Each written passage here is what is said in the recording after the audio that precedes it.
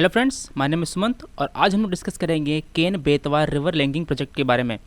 इसको पढ़ने से पहले हम लोग देख लेंगे कि आखिर भारत में जो रिवर्स हैं उनकी जो इंटरलिंकिंग की जाती है उनको किस प्रोजेक्ट के अंदर किया जाता है, प्लस इस प्रोजेक्ट को एग्जीक्यूट करने का जो बेनिफिट है वो क्या है, इसको क्यों किया जाए।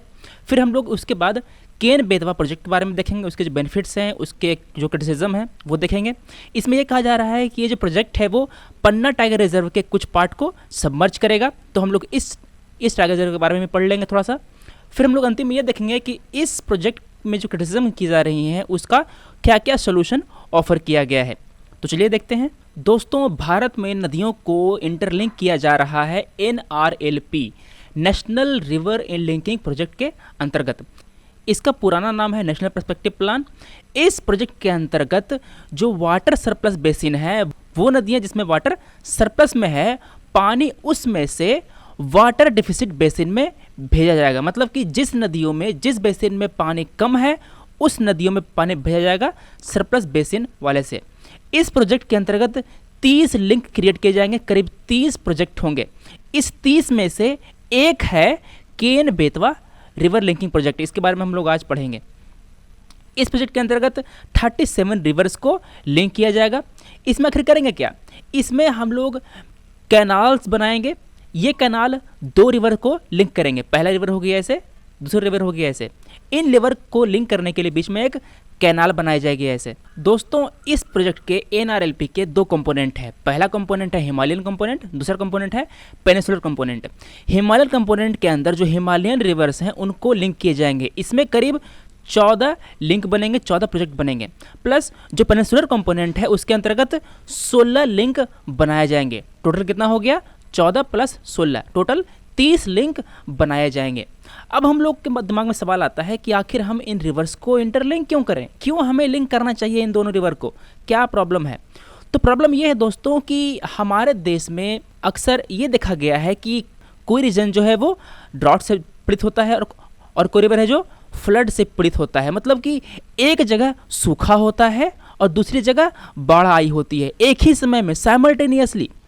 तो इस कारण से सरकार को काफ़ी पैसे खर्च करने पड़ते हैं। ये पैसे खर्च होते हैं ड्रॉट मैनेजमेंट में, ये पैसे खर्च होते हैं फ्लड मैनेजमेंट में। प्लस इसके बाद हम लोग ये देख रहे हैं कि हमारे यहाँ जो बारिश होती है वो अनइवनली डिस्ट्रीब्यूटेड होती है। ये टाइम में और ये रीजन में, दोनों में अनइवनली डिस्ट्रीब्यूट होती है। मतलब कि देखिए, हमारे यहाँ 12 महीने हैं। 12 महीने में कितने महीने बारिश होती है, हमारे यहाँ पूरे साल में केवल मानसून सीजन में ही बारिश होती है, बाकी सीजन में बारिश नहीं होती। और देखिए, जो रीजन है हमारे यहाँ, कुछ रीजन में बारिश ज़्यादा होती है, कुछ रीजन में बारिश कम होती है। तो जिस रीजन में बारिश ज़्यादा होती है वहाँ पे बाढ़ आती है, और जिस रीजन में बारिश कम होती है वहाँ पे सुखाड़ा जाता है। तो इसका सोल्यूशन क्या है, इसका सोल्यूशन ये है कि जो रीजन जहाँ पे वाटर सरप्लस में है, जहाँ पर बारिश ज़्यादा होती है, तो देखिए जिस रीजन में बारिश ज़्यादा होगी वहाँ पे नदियों में पानी ज़्यादा होगा, है ना। नदियों में पानी ज़्यादा होगा, वहाँ पे फ्लड आएगा। तो हमें करना क्या है, हमें करना ये है कि जिस नदी में पानी ज़्यादा है उस नदी का पानी ट्रांसफ़र करके उस नदी में लाना होगा जिस नदी में पानी कम है, जो कि वाटर स्कार्स है। ऐसा करेंगे तो क्या होगा, ऐसा करेंगे तो जिस नदी में बाढ़ आना होगा वो बाढ़ का जो पानी है वो बह करके उस नदी में चला जाएगा जो भी सूखा हुआ है। तो ये तो फ़ायदा हुआ डिस्ट्रिक्ट मैनेजमेंट में। दूसरा फ़ायदा क्या है, दूसरा फ़ायदा ये है कि इस रिवर से इस रिवर तक की जो लिंक होगी, जो कैनाल बनेगी, वो बीच में जो भी रीजन पड़ेगा सबको वाटर प्रोवाइड करेगा इरिगेशन के लिए और ड्रिंकिंग के लिए भी। जैसे कि देखिए, हम लोग आज डिस्कस करेंगे केन बेतवा रीजन। ये बुंदेलखंड रीजन से पास करेगी। बुंदेलखंड रीजन जो होता है वो वाटर स्कार्स रीजन है, वहाँ पर पानी की काफ़ी किल्लत होती है। तो अगर केन और बेतवा को हम लोग लिंक करेंगे तो बुंदेलखंड रीजन को पानी मिलेगा, वहाँ पे इरिगेशन होगा, वहाँ पे ड्रिंकिंग वाटर फैसिलिटी प्रोवाइड की जाएगी। और दोस्तों ध्यान रखिए, हमें जो इंटरलिंकिंग करनी है वो हिमालयन रिवर रिकवरी करनी है और पेनिनसुलर रिवर रिकवरी करनी है। कौन सा पेनिनसुलर रिवर, जो भारत के साउथ में पड़ता है इस रीजन में। अब आपको हम देते हैं एक सवाल, which river is known as Dakshin Ganga. दक्षिण गंगा के नाम से कौन सी नदी जानी जाती है, कावेरी, गोदावरी, कृष्णा, पेन्नार। आप इसका जवाब हमारे कमेंट सेक्शन में दीजिए। देखिए, हम लोग अभी इंटरलिंकिंग कर रहे थे रिवर्स का। इसका और क्या क्या फ़ायदा है, पहला है डिजास्टर मैनेजमेंट में, दूसरा फ़ायदा है ड्रिंकिंग वाटर और इरिगेशन, तीसरा फ़ायदा क्या है, एक और फ़ायदा ये है कि इन रिवर में जो हम कैनाल बनाएंगे उससे हम लोग पावर जनरेट कर सकते हैं, हाइड्रो पावर जनरेट कर सकते हैं। सरकार ने ये एम रखा है कि हम 34 गीगावाट का पावर जनरेट करेंगे। इनका एक और फ़ायदा ये है कि हमें नेविगेशन में हेल्प मिलेगी। जो नदियाँ नेविगेबल है और जो नेविगेबल नहीं है उसमें ड्रेजिंग की जा सकती है, उसमें और गहराई से काम किया जा सकता है और वहाँ पे नेविगेशन की जा सकती है। और फ़ायदा क्या है, हम लोग जब रीजन को इरिगेशन प्रोवाइड करेंगे तो वहाँ पे जो डिस्ट्रेस है, जो वहाँ पे जो एग्रीकल्चर डिस्ट्रेस है वो कम होगा। जो रीजन है जहाँ पे सुसाइड होता है ज़्यादातर, वो सुसाइड कम होंगे, फार्म इनकम बढ़ेगा। क्यों? क्योंकि जो लागत है वो कम होगी। लागत कैसे कम होगी? जो इरिगेशन पर जो खर्चा आता था, बिजली पहले लगानी पड़ती थी, वो सब कम होगा, क्योंकि अब जो सिंचाई होगी वो कैनाल से होगी, तो इनपुट कम होगा और जो प्रॉफिट है वो बढ़ेगा और फ्लड्स प्रिवेंट होगा ही, ये तो हमने देखा ही था पहले। तो दोस्तों ये था हमारे benefits of interlinking of reverse.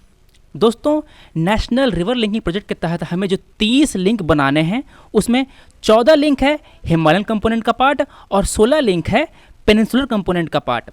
Himalayan component में कौन कौन से हैं? पहला है मानस तीस्ता गंगा वाला, दूसरा है कोसी घाघरा वाला, तीसरा है गंगा और गंडक को जोड़ने वाली लिंक। ऐसा ही हमारे पास 14 लिंक हैं जो कि हिमालयन कंपोनेंट के अंदर होंगे। देखिए जो केन और बेतवा है वो पेनिनसुलर कंपोनेंट के अंदर आएगा। ये 24th लिंक है। यहाँ है केन, यहाँ है बेतवा। कौन कौन सी 16 लिंक हैं जो बनेगी इनके अंतर्गत? देखिए ये जो है वो 16 लिंक हैं। महानदी गोदावरी, गोदावरी कृष्णा, इसके अंतर्गत 3 लिंक बनाए जाएंगी। ये तीनों लिंक है गोदावरी और कृष्णा को जोड़ने वाली। फिर बनेगा कृष्णा और पेन्नार को जोड़ने वाली लिंक, कृष्णा और पेन्नार को जोड़ने वाली लिंक एक और बनेगी। फिर है केन बेतवा, यहाँ पे 24 नंबर पे है, पार्वती और चंबल को जोड़ेगी। फिर तापी और नर्मदा को जोड़ेगी। तो इस तरह 14 + 16 टोटल 30 लिंक बनाए जाएंगे हमारे नेशनल रिवर लिंकिंग प्रोजेक्ट के तहत। अब हम आते हैं केन बेतवा प्रोजेक्ट पे। इन दोनों से पहले हम लोग केन और बेतवा के बारे में देख लेते हैं। केन और बेतवा दोनों यमुना की ट्रिब्यूटरी है, दोनों जाकर के यमुना में मिलती है। केन जो है वो अहिर गांव से निकलती है जो जबलपुर डिस्ट्रिक्ट में बसा हुआ है। ये जो रिवर है वो एमपी और यूपी 2 स्टेट से पास करती है। जो बेतवा है वो भी यमुना ट्रिब्यूटरी है जो विंध्या रेंज से निकलती है और एमपी और यूपी से पास करती है। जो बेतवा और यमुना है वो उत्तर प्रदेश के हमीरपुर गांव में मिलती है जाकर के। दोस्तों अगला सवाल है माता तिला डैम, ये किस रिवर पे है? केन, बेतवा, यमुना, गोदावरी, इसका जवाब दीजिए। दोस्तों जैसा कि मैंने शुरू में बताया कि इंटरलिंकिंग ऑफ रिवर्स में जो वाटर है वो सरप्लस टू डिफिसिट रिवर में पास की जाएगी। तो केन बेतवा प्रोजेक्ट में कौन सी रिवर में वाटर ज़्यादा है? केन रिवर में वाटर ज़्यादा है, ये वाटर सरप्लस है, और बेतवा में पानी कम है। तो केन से बेतवा में पानी जाएगा, ध्यान रखिए आप। ये है रिवर केन और ये है रिवर बेतवा, ऐसे पानी जाएगा इस साइड में। ये जो पूरा प्रोजेक्ट है इसके अंतर्गत कई सारी चीज़ें बनाई जाएंगी। पहले होंगे 2 पावर हाउस बनाए जाएंगे। एक होगा 2 × 30 मेगावाट का, दूसरा होगा 3 × 6 मेगावाट का। और यहाँ पे 2 टनल बनाए जाएंगे और एक लंबी कैनाल बनाई जाएगी जो कि केन बेतवा कैनाल कहलाएगी। इसकी लंबाई होगी 221 किलोमीटर। फिर एक डैम बनाया जाएगा, दौधान डैम। दोस्तों अब हम आते हैं उन बेनिफिट्स पे जो केन बेतवा प्रोजेक्ट हमें प्रोवाइड करेगी। सबसे पहले बेनिफिट क्या होगी? वाटर जो है वो सरप्लस रीजन से डिफिसिट रीजन की ओर जाएगी। जिस जगह से ये पास करेगी वहाँ पे ये इरिगेशन फैसिलिटीज़ प्रोवाइड करेगी। फॉर एग्जांपल एमपी में अगर आप देखें तो पन्ना, छत्तीसपुर, तीमरगढ़, इन सब डिस्ट्रिक्ट में हमारे इरिगेशन की सर्विस प्रोवाइड करेंगी ये। फिर यूपी में अगर देखें आप तो बांदा, महोबा और झांसी जिलों में इरिगेशन सर्विस मिलेगी।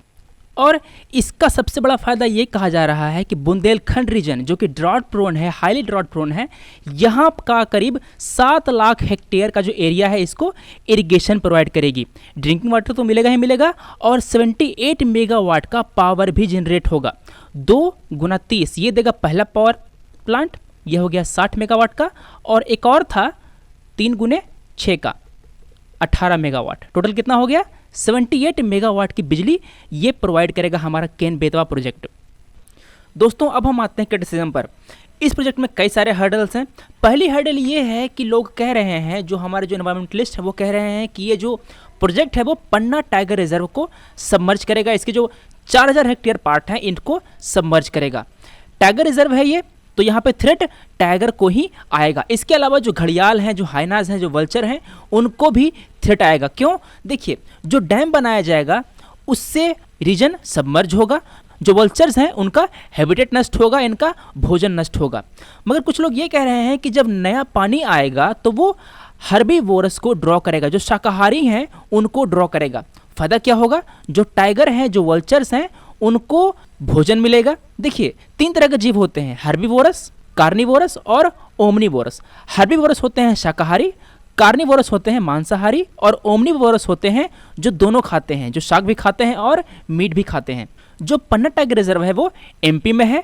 ये अपने टाइगर कंजर्वेशन प्रोग्राम के लिए जाना जाता है। 2011 में इसको बायोस्फीयर रिजर्व का दर्जा दिया गया। देखिए, बायोस्फीयर रिजर्व में 3 रीजन होते हैं, एक होता है बफर, एक होता है कोर और तीसरा होता है ट्रांजिशन। सबसे अंदर होता है कोर, इसके बाहर वाला जो एरिया होता है उसे हम कहते हैं बफर, और इसके बाहर का जो एरिया होता है इसे हम लोग कहते हैं ट्रांजिशन जोन।